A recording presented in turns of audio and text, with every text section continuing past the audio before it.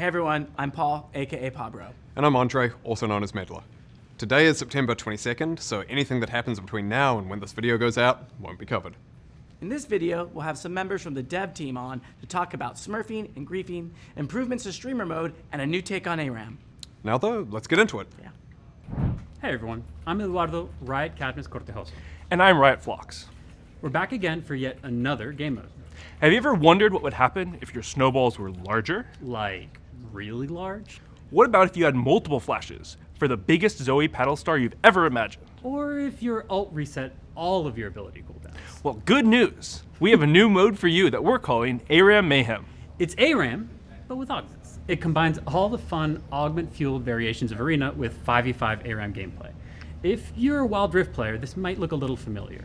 We took a lot of inspiration and learning from the success of AAA ARAM there and wanted to see what this could look like in League. We want every champion to feel special and get to explore some combinations and fantasies that they don't normally get outside of Arena. Some of the augments we made are specifically tailored for this mode, like augments that play off of multiple people.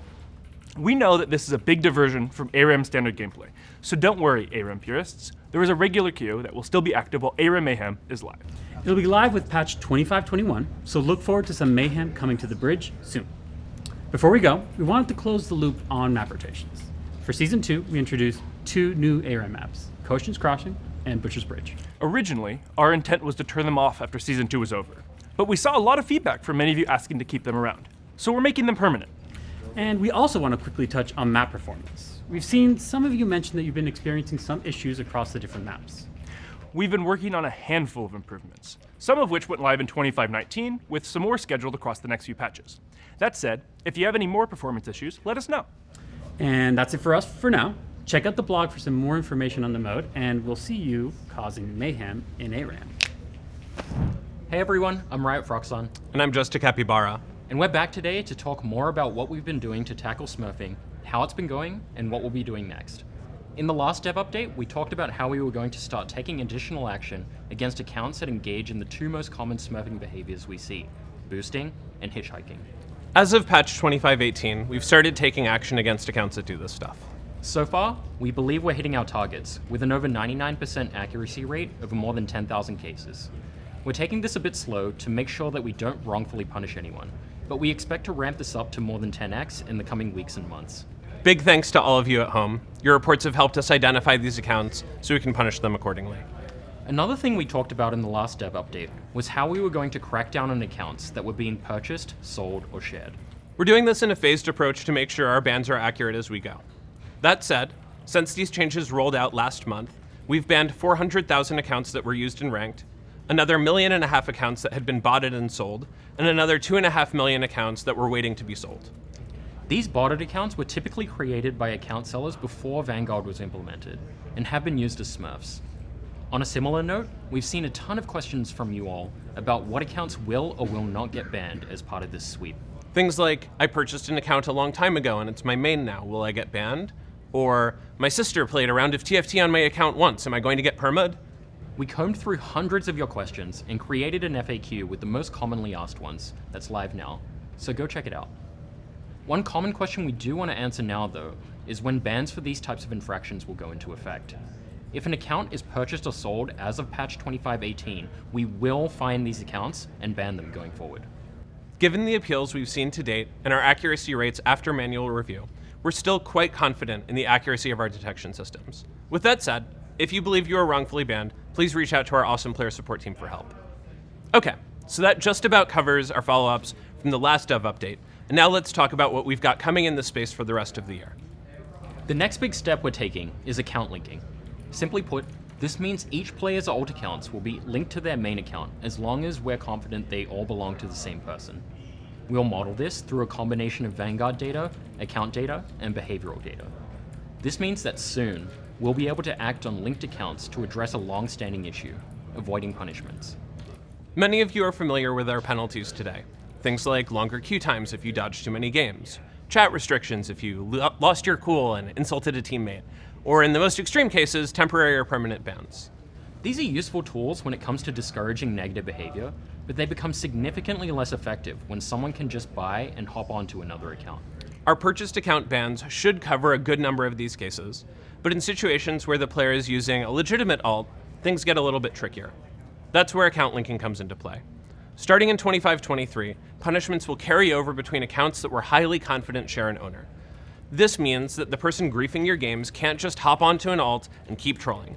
We're going to apply the same penalty and escalations across all of their accounts.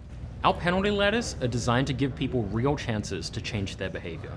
We almost never permaban an account for a first-time incident, but we won't let bad actors exploit our system by creating an infinite number of second chances. With all of that said, the vast majority of you don't break our rules. So if you're in good standing, great news. You still have nothing to worry about, and we expect to get some perennial bad actors out of your games starting in a few patches. Okay, so that's everything that we have on account linking, but we do have one more thing we want to share with you today, and that's our new and improved streamer mode. Starting this week, we're making it possible for you to fully hide your identity from your lobby, which will cut off your lobby's ability to find your stream through third-party sites and exploit hidden information or grief your game based on who you are. Back when we introduced streamer mode earlier this year, we got a lot of feedback that it wasn't going far enough to obscure player identities. For example, people could get around it with third-party apps that advertise who's a streamer in their live game. We took note of what players wanted from a feature like this, and after getting feedback from pros, creators, and working with third-party apps, we're now ready to launch a big update to this feature. Starting in patch 2520, you'll have 3 options to choose from for streamer mode. Hide other names, which is today's streamer mode functionality. Hide my name, which will hide your Riot ID and game name, but not your account progression stats like champ mastery and ranked borders, which people could theoretically use to find you. And finally, hide my everything, which hides all identifying information about your account from lobby to end of game. Our goal here is to protect our players, creators, and pros that are just looking to play a normal, fair game of League without their personal identities impacting those games. We're excited to be launching this feature in patch 2520, which goes live this week. Let us know how you like it. And that's it from us. If you're looking for more information on the features we talked about today, please check out the dev blog and FAQ out now. So until next time, thanks for keeping it honorable on the Rift. And if you aren't, prepare to be Terminated! Annihilated! and have a nice day. So this November marks 1 year since Arcane's finale, and we'll be celebrating that anniversary online with all of you. The Arcane team will be looking back at the series, sharing behind-the-scenes content, and bringing back some fan-favorite merch. For League, we'll be kicking off the anniversary in patch 25.23. There'll be a free mini reward track with new icons and emotes, and we'll also be bringing back all the Arcane skins from Season 1 and Season 2. This also includes Arcane Fractured Jinx, who's getting some upgrades. Jinx will now have a spawn-in animation when the game starts, plus some visual updates across all 3 of her forms. Shimmer Jinx and Powder are also getting brand new recalls, along with unique chompers to match each of their personas. And if you already got the skin last year, it will of course be updated for free to include those new features. To find out more about the anniversary event, do check out the blog on arcane.com. Okay, a few more miscellaneous updates. We're working on improving tags for emotes, so you'll be able to search for any emote with just a champion's name. The technology is finally, almost, here. We're going to be shipping that sometime before the end of the year. We'll also have a change coming to the practice tool. Soon, when using the practice tool, you'll be able to play any champion if you started up solo. And this will allow you to try out champions you think you might like, or give them a test run if you've been on the fence about purchasing them. That change will go live in patch 25.21, so do be sure to check it out.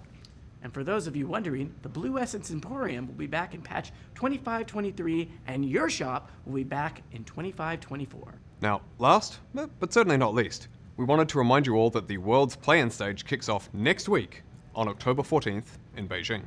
To celebrate, we'll be adding some map accents soon to bring a bit of Worlds to the Rift. Remember to do your pick'ems. Andre and I are working on them, and we actually have a bet riding on this one. Whoever's pick'ems are worse will wear the company and Mumu suit at a random company event. That is true, unless my pick'ems are worse, at which point I will not. Anyway, He's that's wearing that it. suit. All right, that's it from us today. The next time you hear from us, it'll be later November or early December, and we'll be talking about some of the things you can expect at the start of 2026. Until then, good luck in your pick'ems, enjoy your climbs, stay honorable, and we'll see you on the Rift. Bye. Bye.